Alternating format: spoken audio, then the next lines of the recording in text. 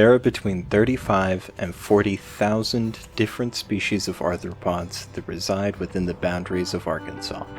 My goal with this short video is to show a couple of those species, provide you with some information about them, and hopefully inspire you to begin watching for our small friends. The first arthropod I found would be this mother crayfish. Normally, crayfish hide themselves amongst rocks and debris within the bodies of water they inhabit. However, this mother seems to be traveling in search of a new hiding space. Crayfish are scavengers that will consume whatever they can find or catch, primarily feeding off decaying matter, making them critical in keeping bodies of water clean. They also serve as an important food source for many species of aquatic life. This mother crayfish is traveling without the ability to swim, and her eggs make her a tastier than normal meal.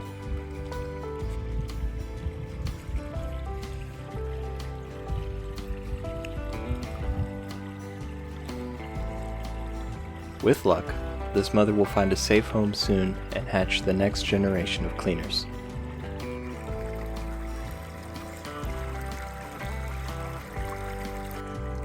These are gnatflies basking in the warmth of the sun on a stone by the water's edge.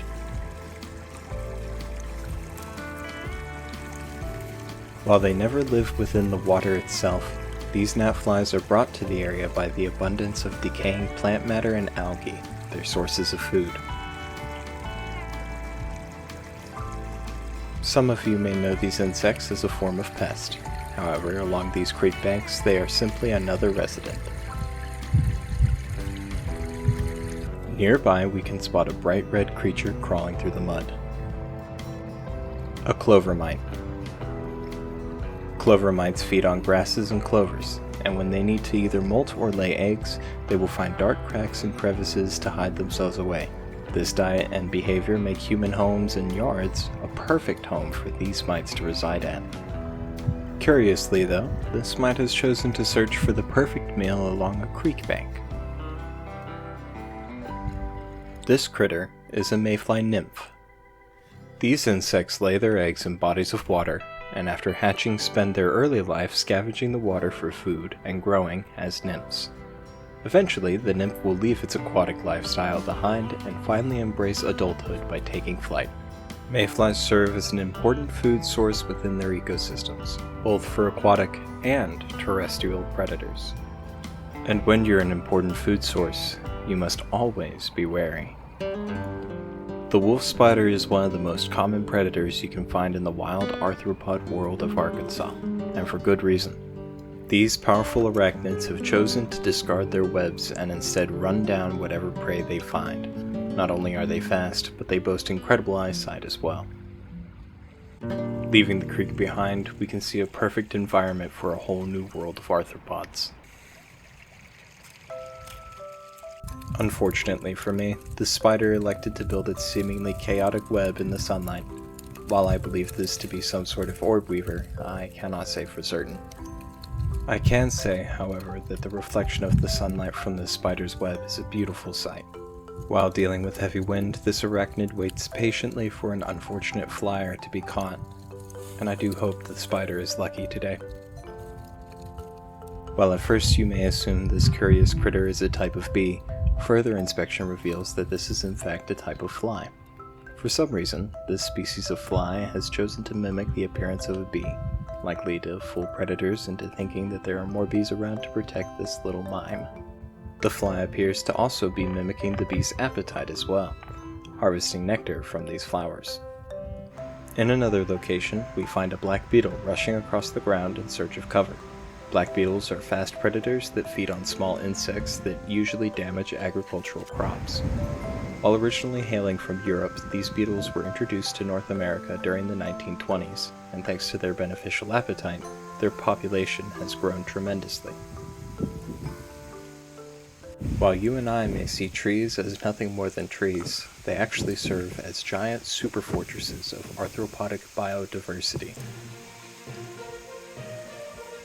They can also be the perfect hunting grounds for various predators. One of those predators being this jumping spider, who feeds on small insects. Her camouflage allows her to almost disappear while she searches for vulnerable prey.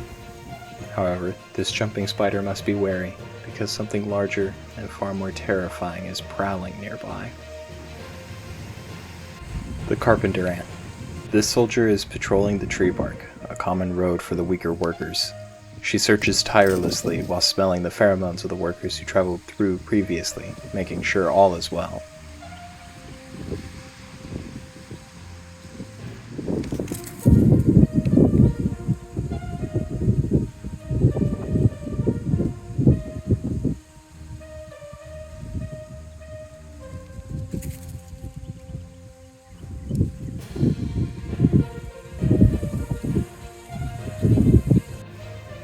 A close call for the jumping spider. However, the carpenter ant either doesn't see her or doesn't care, and so the jumping spider is allowed to continue her hunt for another day.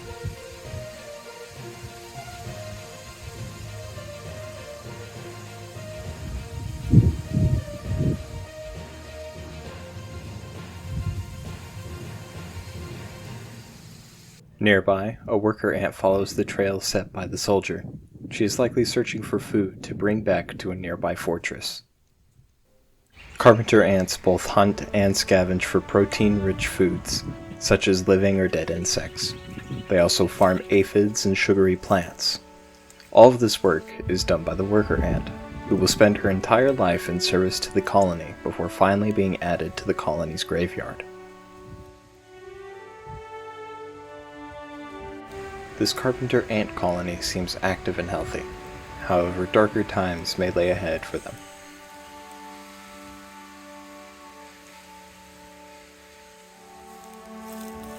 A lone fire ant scouts the territory nearby.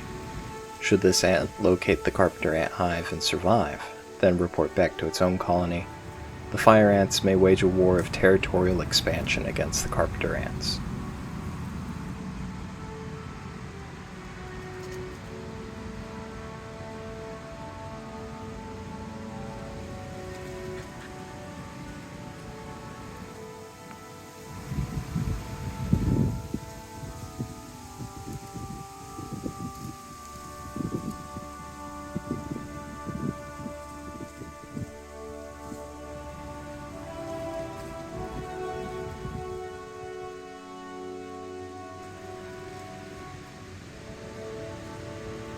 On a brighter note, nearby a European honeybee collects nectar and spreads pollen.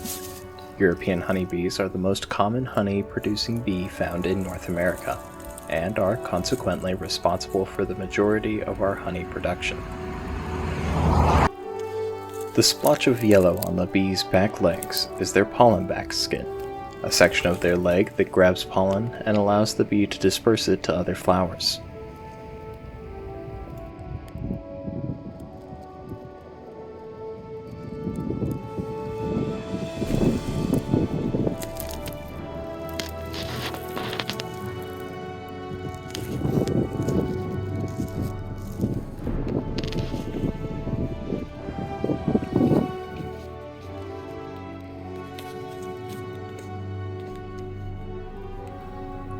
A much less cute face to look at, but no less interesting arthropod, is the fungus gnat, possibly the same species as the one found near the creek.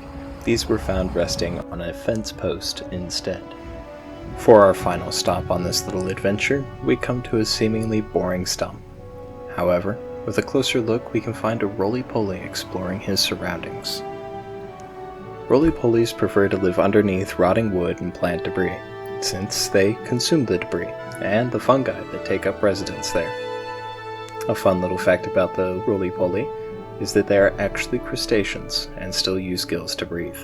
This does not mean that they can breathe underwater though, just that they still use their respiratory systems from their aquatic phase during evolution. Thank you for watching this video. I hope that you have seen or learned something new, or have been inspired to research different arthropods residing in Arkansas. Be sure to keep your eyes open, as there are always arthropods to be seen. And have a wonderful day.